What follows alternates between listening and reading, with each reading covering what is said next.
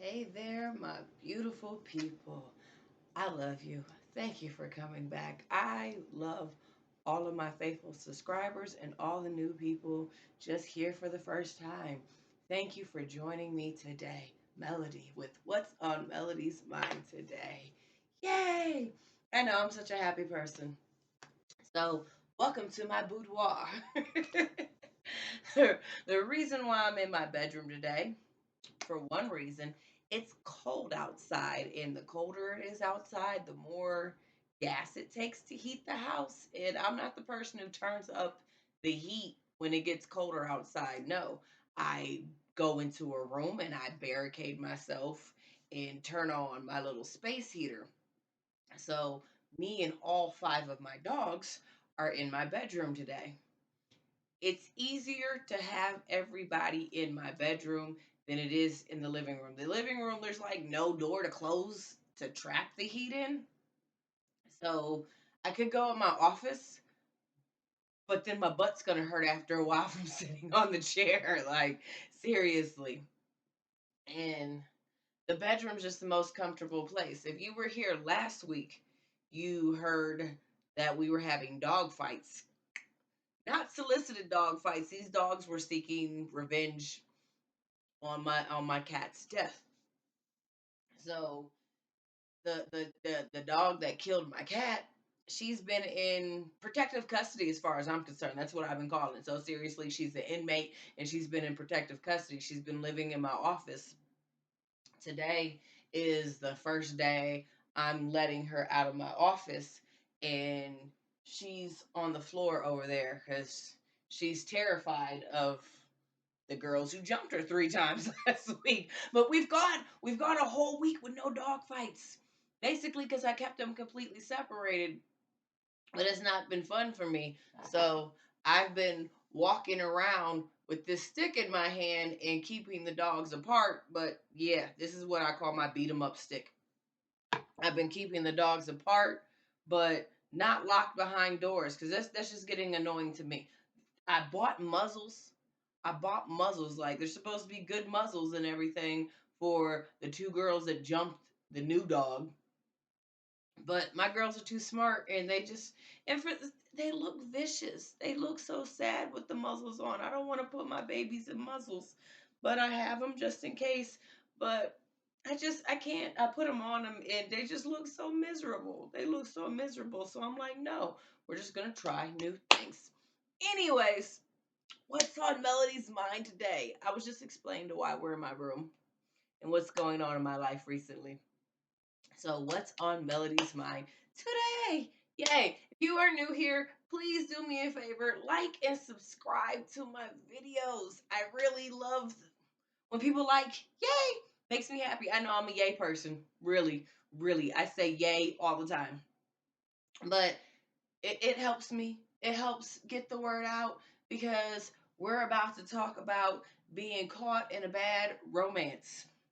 I was listening to Lady Gaga yesterday, and Bad Romance came on, and I was just like, yes, that's what we're going to talk about. Have you ever just made bad choices in love? I think I'm the queen of making bad choices when it comes to love. So seriously, like, so I was 22. Here comes the story. Are you ready? Get your popcorn ready. It's story time. These are real life stories, though. This really happened in my life. All right. I was 22 years old, and I was dating a man who was my high school sweetheart. No, we hadn't stayed together the whole entire time, but we had been dating for like going on 2 years, a year and a half, or whatever. I had two children. And at 22 years old with two children, my mind was, I need a husband. I need somebody to help me take care of my children. So seriously, when you're a single mother shouldn't just date to date. I was dating to be married, and the naive man had the audacity to tell me he wasn't going to marry until he finished college. That wasn't good enough for me because I had known the man for 7 years. He just didn't want to marry me. All right, yo loss, deuces. Literally chucked up the deuces, and the only way for me to get over somebody, I've learned this in life. The only way for me to honestly stop dating somebody I'm in love with is just to move out of state. I literally have to be gone out of state because if you're within driving distance, within an hour or two away from me, I'm we're going to hook up at least once or twice a month and it's just going to linger on. So, I moved to California. California. I know. That's the bear. That's the bear that's right there. Yay, yay. I'm so Cali. See, it's so Cali. Because I'm from Southern California. So I went back home. I went back to Cali. And it's so funny because the song that came on the radio when I was driving to California is I'm going back to Cali. It never fails. When I drive to California, that song pops on the radio the day I take off on my drive. So I drove to California and I'm 22 years old. I had my first baby when I was 17. I had my second baby when I was 20. So I literally dropped my children off with my mother and then went to Vegas. I mean, it wasn't on day one, it was like a week or two after being there. But then I went to Vegas and I was just like, yes. I can't say those words now because I'm a good girl, but I was like, yes. So I partied in Vegas. I had fun in Vegas for 2 weeks.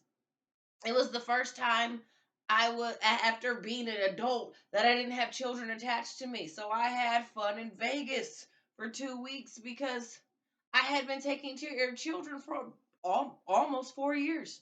Almost 4 years. So yeah, I let my hair hang down and I got my groove on. I had some fun.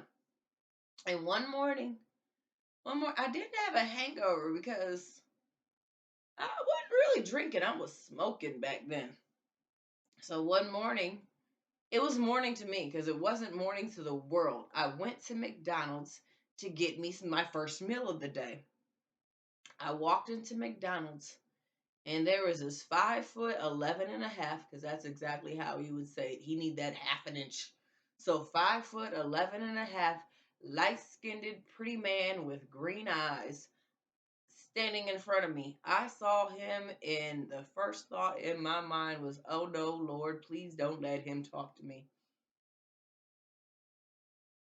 Honestly, he wasn't drop dead gorgeous, but he was good looking. He had green eyes, light skin. I mean, he was lighter than me, but he was black. He was lighter than me and had hair like mine. It was short, but he had that good hair, and I was just intrigued with the way he looked. So I knew he was trouble. I knew he was trouble with trouble at first sight. Literally, I knew it. My first thought was, don't let him talk to me. I just knew I was going to be hooked. Instincts. Trust your instincts. So he gets up to the register.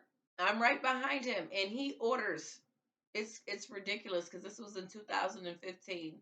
No, this was in 2005. Yeah, literally in 2005, July of 2005. No, it was June. June of 2005. And I can remember what he ordered. Oddly enough, because he ordered a double cheeseburger, a medium fry, and a medium drink. Back then, that only cost $3 plus tax. The reason why I remember exactly what he ordered, because when he ordered it, I was just like, how dare he order what I'm about to order? That was my thought. Like, how dare he order what I'm about to order? But I'm difficult. So I got my double cheeseburger, extra ketchup, because I don't like choke sandwiches. And so he orders his food and he stands to the side. I order my food and I walk to the drink fountain and get my Powerade. I was a Powerade girl back then. And I sit down and he has the audacity to come and says, do you mind if I sit down with you? I told you. I found the man irresistible at first sight. So go ahead. I was 22. Recently 22. My birthday's in April and this was June. So I was just like stupid, stupid. And I thought he was beautiful. He's a beautiful man. So he sits down and our stories line up. He is half black, half white, black, Indian, German, and Irish, just like me. From California, just like me. Lived in the system, the government system, foster care and stuff like that, just like me. And I'm just like, what? They make people like me? Like, seriously. I was so intrigued with him because he was half and half, just like me. And he was from California, just like me. He was from Oakland. I'm from LA. NorCal and SoCal, totally two different, but we're still California. So I'm just fascinated with this green-eyed bandit. And so we he tells me he's a trucker. Ooh. At 22 years old, somebody even at 38 years old, somebody being a trucker is just fascinating to me. I find the trucking, yeah, you drive semis. I find that just totally fascinating to live on the road, to travel for a living. Truckers honestly make the world go round. You think they don't?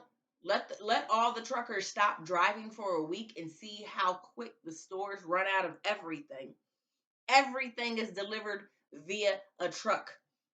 I didn't realize it until I was 22 years old hanging out with this man. Look at the choo-choo trains. Yes, I call them choo-choo trains because I'm a child in my head sometimes. Look at the choo-choo trains and tell me if that's not the same trailer on that train that goes on the back of the semi. Yeah, truckers make the world go round. They go on freight boats and everything. Those same containers, without truckers, the whole world is going to stop. So I find truckers extremely fascinating. My mother, longtime boyfriend, was a trucker. My grandmother's first husband was a trucker. So truckers, they're just go to a truck stop and go to just look up and down their aisles. They have the weirdest things that can plug into a cigarette lighter. Now just hashtag truckers life. I think they're fascinating. So he asked me, did I want to come hang out in the truck with him? And he said he had some weed with him. And I was just like, yes. Tony, I was 22 and stupid. So I was like, yes, I get to hang out with a trucker. I get to go in a semi for the first time ever in my life and get to smoke weed. Free weed. I told you, I was about that free weed life back then. So I hop in a truck with him. And it's him and his homeboy from Atlanta. And they were, when you do long hauls, some people have a partner so you can just keep on driving. You drive 12 hours, they drive 12 hours, and nobody has to stop. So we had a partner. Was I scared? No. Because Tony, he was, I mean, he wasn't gay, but he was nothing to fear of at all. So we smoked weed, and they drove me around so I could be in the truckers. But this is my first time in a truck. Like, to my recollection, and I'm just like, yeah, it was just totally awesome to me. So we hung out all day, and I remember we went to Subway for dinner because we smoked a lot of weed. Now we're hungry, right? It's dinner time. I told you I hung out with him all day. I remember ordering my foot long sub. I could eat. I ordered my foot long sub, my drink, and my chips. Italian BMT. I know exactly. It's crazy. Because with me, when I find something I like, I stick to it. I don't. I went to Cracker Barrel on Sunday and I ordered the same meal I've been ordering since I was like 12, 11, 13, whatever, however long I've been going to Cracker Barrel. I have ordered the same exact thing every time. I find what I like and I stick to it. When I go to a different restaurant, I'll eat different food. But Cracker Barrel, same thing, same thing. I don't even eat meat on a regular basis, but I'm eat meat when I go to Cracker Barrel. But so I get my food and he's getting his food and He's intrigued at the fact that I got me a foot long sub. I remember, I don't know how it came about, but I remember him pulling me close and kissing me for the first time. And my knees buckled. My knees buckled. So I thought it was love. Somebody should have shot me then. So I thought it was love. Like, oh my goodness, I got so weak in the knees. So we had his homeboy Tony drop us off. That's a treasure. Lay down, baby. Lay down, baby. You don't need to go over there. I have to keep him like this because no dog fights. No dog fights. So his homeboy drops us off at the hotel and we hook up for the night. We hook up for the night. And then the next morning he has to go back to Atlanta. There's not a plane. He had to drive back to Atlanta. I'm like, he was a trucker. He had to drive back to Atlanta because he was in town on business. I was in town on party. He was in town on business. So he had to go back to Atlanta. Au revoir. Hasta luego. Auf Wiedersehen. Until we see each other again, until we meet again, something, whatever Auf Wiedersehen means. So he goes back to Atlanta. And I don't hear from him for about 30 days. And then he finally calls me out the blue and tells me he lost my number, but somehow he magically found it. I don't know. I don't know. I don't know. And I really don't care. This is decades, not decades ago, but close enough. So I didn't care. I was just excited that he called. Like, yeah, he called me. Like, and we talk for hours. We talk almost every single day for hours. Like, I don't know how I managed to have so much free time talking to him for hours all the time. And I told you he was light skinned, green eyes, good hair, pretty boy. And he had several girls across the country that he talked to. And I remember him yelling at me. This should have been a warning sign, right? Warning sign. Him yelling at me, telling me all these girls say they want to be with me, but I think they're all just talk. If you really want to see me and be with me, you'll hop on a plane and be with me. And I said, fine. I'll call. He told me, don't call me again until you are on a plane on your way to see me. And hangs up on me. Let me tell you what. The reason why is because he made decent money. He made decent money in 2005. If you were making $1,000 a week, you were killing it. You were killing this. And he was making $1,000 a week being a trucker. And everybody was asking him for money. I was like, buy me a plane ticket and I'll come see you. He was just like, everybody keeps on asking me for money. He thought people were after his money. I mean, it's understandable. He made decent money and he had a settlement pending. A tire blew up in his face, and he was in the process of suing Swift for because his jaw had to be wired shut and all that surgery. Yeah, he had a Kanye West moment, and so he had a pending settlement.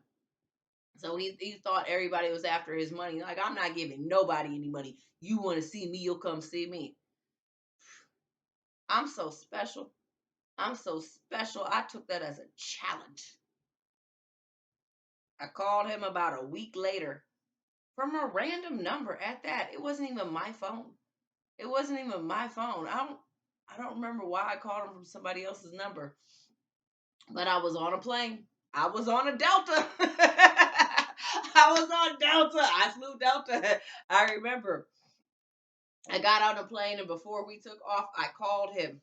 Maybe I didn't call him from my number because I thought he was just going to ignore me. I don't remember, but I know I called him from the passenger next to me. I used their phone, called him and told him I'm on a plane. It's like, what are you talking about? Bruh, I'm coming to see you. What do you mean?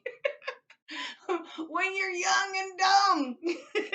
Like, I literally just hopped a flight and didn't even make pre-arrangements with him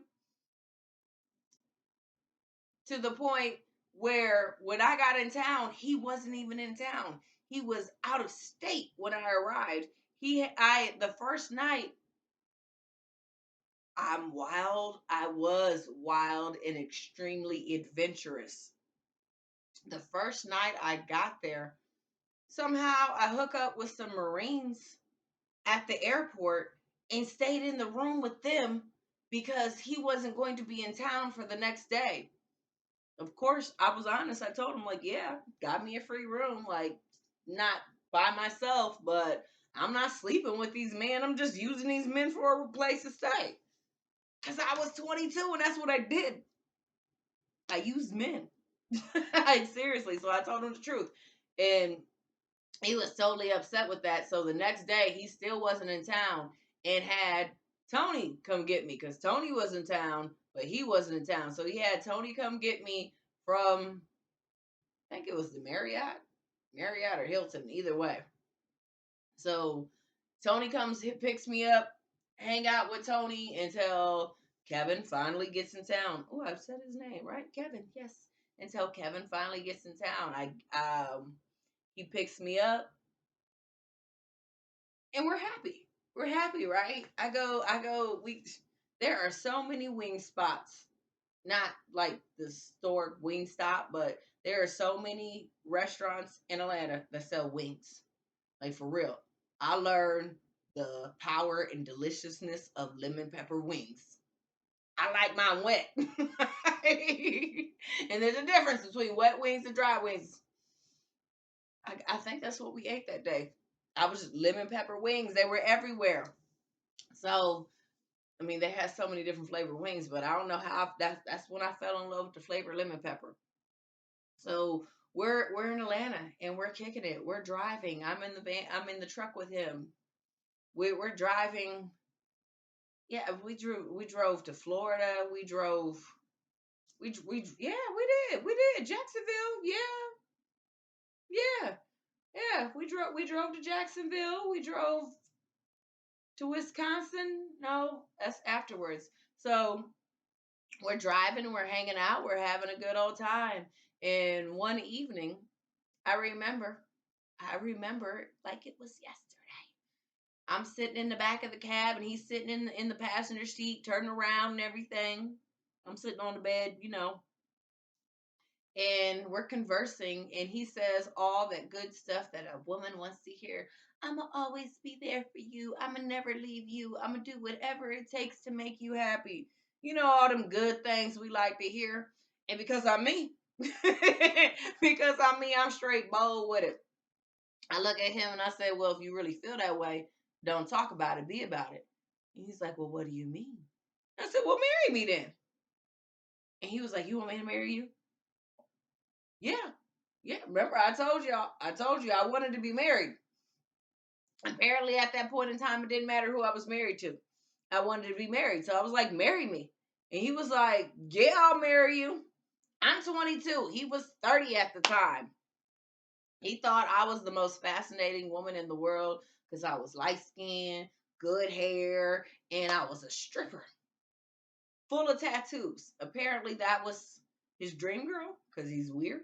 But I'm awesome too, so I can't get mad at him. So we got engaged, and me, I'm not that girl who wants that big old fancy wedding and just waste a bunch of money for a party. Cause I'm not there. I don't. That's not me. That's not me. Like, I've been married twice, and I'm not that girl. So we had planned to get married. I don't know why it was August 5th. I don't know why August 5th was the date that we planned, but we literally planned it. And we were supposed to be in Atlanta, and somehow we were delayed and ended up in Chattanooga, Tennessee. Chattanooga. I just love that word. It's so funny to be Chattanooga. There's just so many double letters in that word. It's cute to me. So we ended up in Chattanooga, Tennessee on business because he was a trucker. So we went, and Chattanooga is only an hour away from Atlanta, about an hour. I don't remember exactly, but it's about an hour away from Atlanta. So he was like, "Well, we'll go get married on Monday," and I'm I'm a little demanding. And I said, no, if you're going to marry me, you're going to marry me today or you're not going to marry me at all. So we went to the mall. We got our nails done. Yes, he got a pedicure. He got his nails did too because I got my nails done. We went and bought rings. We bought me a new dress. We bought him something. We bought each other, we bought clothes to look cute in. And we went down to the courthouse. We went to the courthouse and we got the marriage license. I'm like, what is that thing called? We got the marriage license. And we're new to this. I mean, I had called my grandmother days prior and I said, what do you have to do to get married? And my grandmother response was like, who'd you get to marry you? Okay, grandma. But so we go down to the courthouse and they tell us we need somebody to marry us. Like you need an officiant. I know words. You need somebody who's legally able to marry you. And they told us that there just happened to be a wedding going on across the street and to run across the street to the park and see if the officiant would marry us. So he did the wedding prior, and we just waited and we told him what we were doing, and he decided to do it completely for free. Good deal. Good deal. All we technically had to pay was a marriage license. So because of the fact we were pressed for time, we honestly didn't even change into our clothes. I had a dress.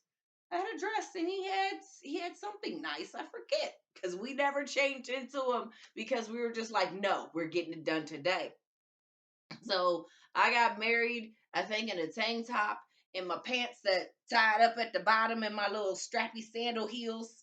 I remember I thought I was looking cute. I mean, I was. And he had on his Oakland A shirt and his gray sweatpants and his green and white Nikes.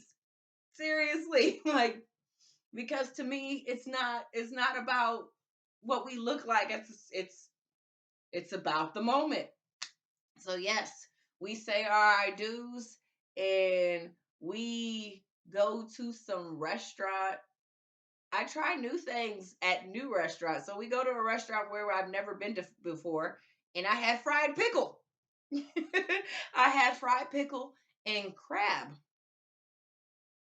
I mean, he ordered crab for himself, and I was just sitting there watching him eating the crab, and he gave me some, and I'm just sitting there watching him eat the crab, and then eventually he's like, "Why aren't you eating the crab?" And I said, "I don't know how."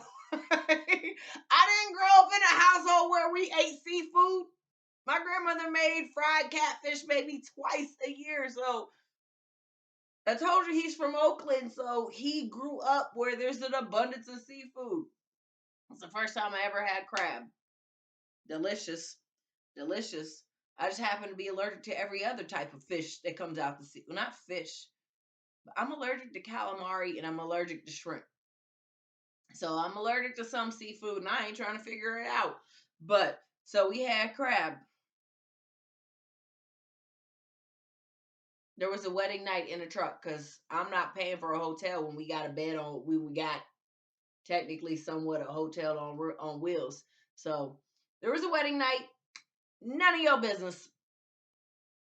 3 weeks later, yeah, 3 weeks later, he had to go to court in Arizona, Phoenix. Remember, I told you he got a tire blew up in his face and he was in the process. He had an pending lawsuit against Swift, the trucking company. So we fly to Vegas because that's where my car was. Yes, I had a car. Remember, I drove across country. I don't know why I drove across country. So we go to Vegas and get my car, and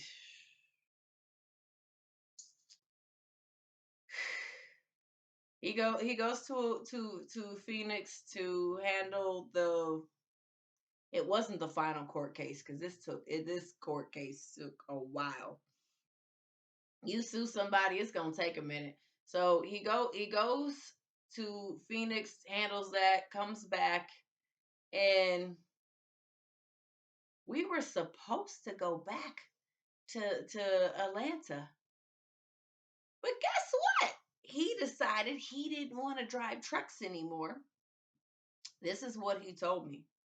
Seriously, this is what he told me. He told me he had taken care of me for over 3 weeks, and now it's my turn to take care of him.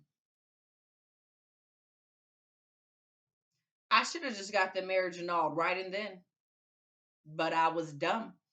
I was dumb. So instead of him driving trucks for a living, he thought it'd be wise if I would just continue to strip and take care of him and my 2 kids. And because I'm stupid could be the word, or I didn't want to starve to death. I started going back to dancing. But let me tell you this. This is not what's hot in what's that place called? Vegas. I could have been dancing in Atlanta and making great money. But no, in Vegas, girls have to be lighter than me. They like white chicks. They like white chicks with big tits. I was a 34B back then. I've always had a butt. I wasn't what was in, so I made money, but I wasn't making great money out there. And about 2 weeks of us struggling, because my husband he had a habit. He had a habit. He smoked. He drank. Oh yeah, he drank. He drank. So many warning signs. So many warning signs. Run. Women, men, run. Whomever you are, run at the first sign of warning signs. Don't stick around. Don't stick around. You're just sticking around to be miserable. It's not gonna get better. It's not gonna get better. That's what I can wrap up the lesson right there. It's not going to get better. Don't think, oh, she's going to change. He's going to change for me. Don't just go. Run. Run for your life. Literally, run for your life. So, after a few weeks of us struggling, oh, and he had several friends in Las Vegas because he traveled.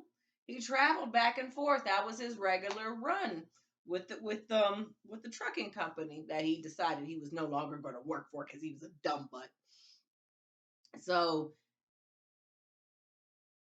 everybody, all of his friends, all thought I was a hooker, and they thought he was my pimp.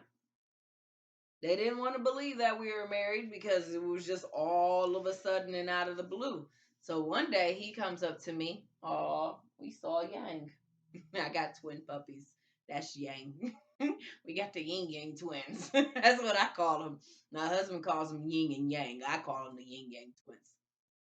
So his friends said that we look like a hooker and her pimp. And one day walking to our hotel where we're struggling and we're eating basically minimum every day, he has the audacity to say to me, well, if we were doing what everybody thought we were doing, we would be good. I know my husband said the stupidest things to me, and because I was stupid, I'm grown now, so I can look back and say, yeah, I recognize stupidity, even if it was on me. And I was just like, you're right, because I was tired of struggling. I was tired of struggling. Before the man came along, I was a hooker already. He just didn't know it. So I was just like, yeah, let me go back to hooking. Never told him I was a hooker before him. Never. So I went back to hooking. Pimps up, pros down. I say pros down instead of the other word. But yeah, so I went back to doing that. Like I said, so many warning signs. If a man is willing to let his wife sell her body to take care of him and him not get a job, he is not worthy. He's not worthy. And the crazy thing is, these were the thoughts that used to go through my head while I was out there doing what I was doing. But I was stupid. I was stupid, and I didn't believe in divorce. I didn't believe in divorce. I just I really didn't believe in divorce. I thought a woman and a man, they got married and they stayed together no matter what, and they just figured it out. I know. I'm like, my soul is from like the 1920s. You just you're tough, you thug it out till the end. You figure it out. So I didn't believe in divorce, and I'm like, I guess I got to carry the family for right now. We had issues because he didn't care for the fact that his wife was a hooker, but he was just too pathetic. That's the word I'm gonna go with. He was just too pathetic to try to do something about it. One day we were in Barstow, California.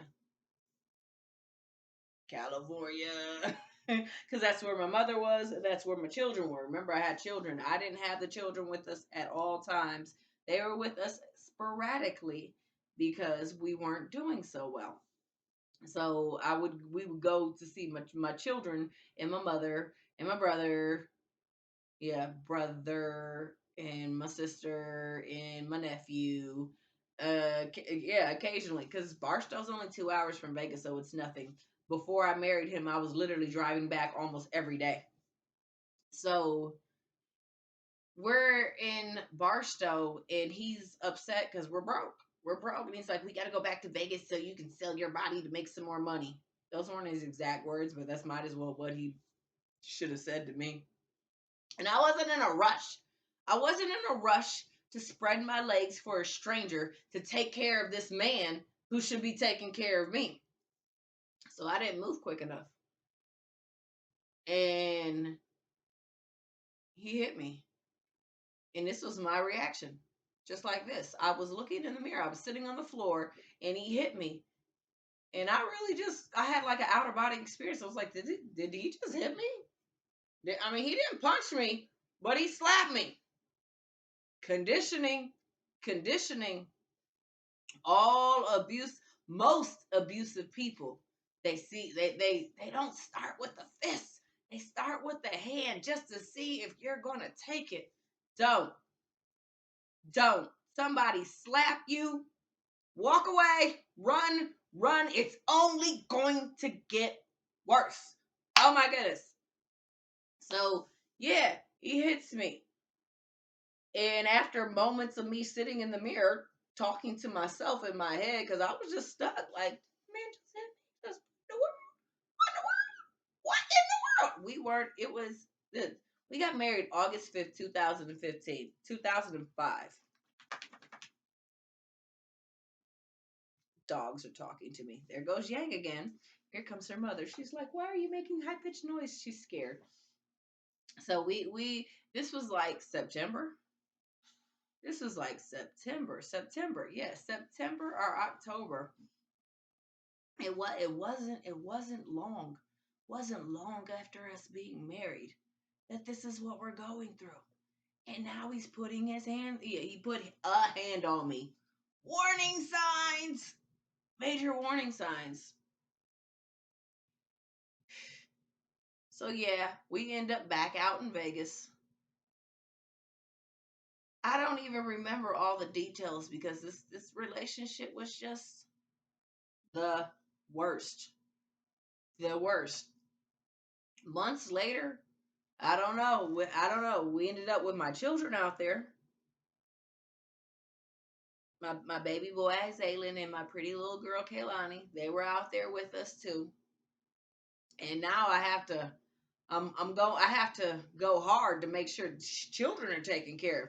Because it's one thing when it's me and him, but no, children are involved. So the things I will do for my kids. We were going through it. We were going through it. I remember walking through Circus, the casino, because it's a hotel and casino. We were in the casino part, and he said something to me, And I got so angry and I was just like, F you, I'm done. And I took off my wedding ring and I threw it because I was done. I was just like, I can't take this anymore. You're not a good husband. You're not. Like, you're using me. You're supposed to be a man and a provider, and I'm doing this to take care of me, you, and my children. I married you so I wouldn't have to do these things. Seriously. That is one reason why I got married when I was 22, because I knew at a young age Melody was too stupid to be the head of her life. Or maybe I was just so wise that I knew I couldn't be the head of my life. Oh, no, I'm still not the head of my life. You'd say my husband is? No. Jesus is the head of my life now. But I knew at that point in time, a woman is not supposed to be the leader. I wanted somebody to lead me and guide me and provide. Yes, I put in work. I put in work, obviously, because I was taking care of my husband and my two children. But I was just like, I'm done. I'm done. I can't do this. I can't do this. This was like a day or two before Thanksgiving. It was November 21st. Why? Why do I remember? So we have this big old fight. And yeah, the children were in the room with somebody else. We had a babysitter at that point in time. So we go to the room and he he realized this, not me. He was like, You're extra moody because you're evil. What do you mean? Because I married the wrong man and I'm not too stupid to comprehend that. Like, we get to the room and he's telling me I'm moody and everything. And he was like, When was the last time you were on your period?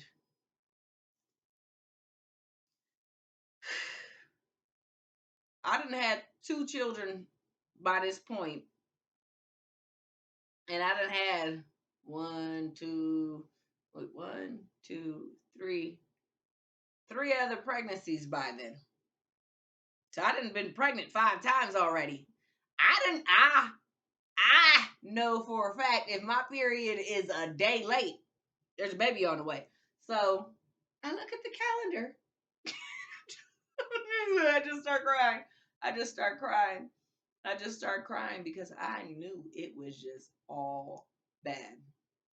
We go get a pregnancy test, and of course,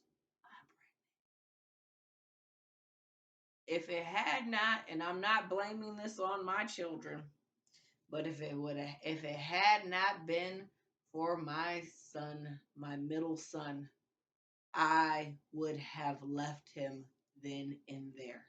I would have married him in August and I would have filed for divorce in November. I got pregnant and I got mushy. I got mushy.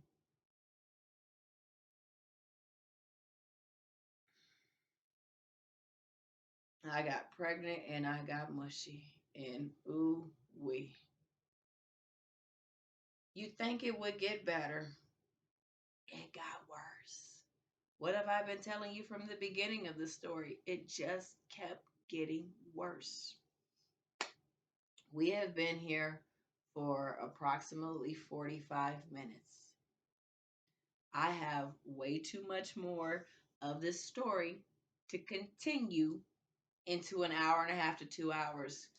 So, I hate to do this to you, but I guess this is part one of the story Bad Romance, part one. Stay tuned to next week to see Bad Romance, part two. It gets worse. It gets worse. So much worse. If you haven't already, please like and subscribe to my video. Share my video to somebody who might need it. Share it. Share it.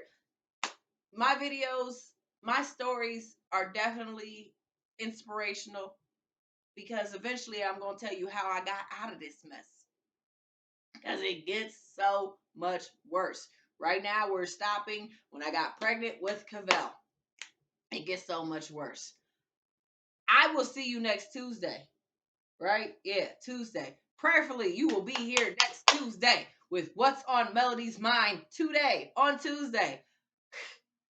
Trust me, you do not want to miss next week's episode because, oh my goodness, it's a doozy. Until we meet again, I love you. God loves you. You have a blessed and wonderful day. Please like and subscribe. Bye.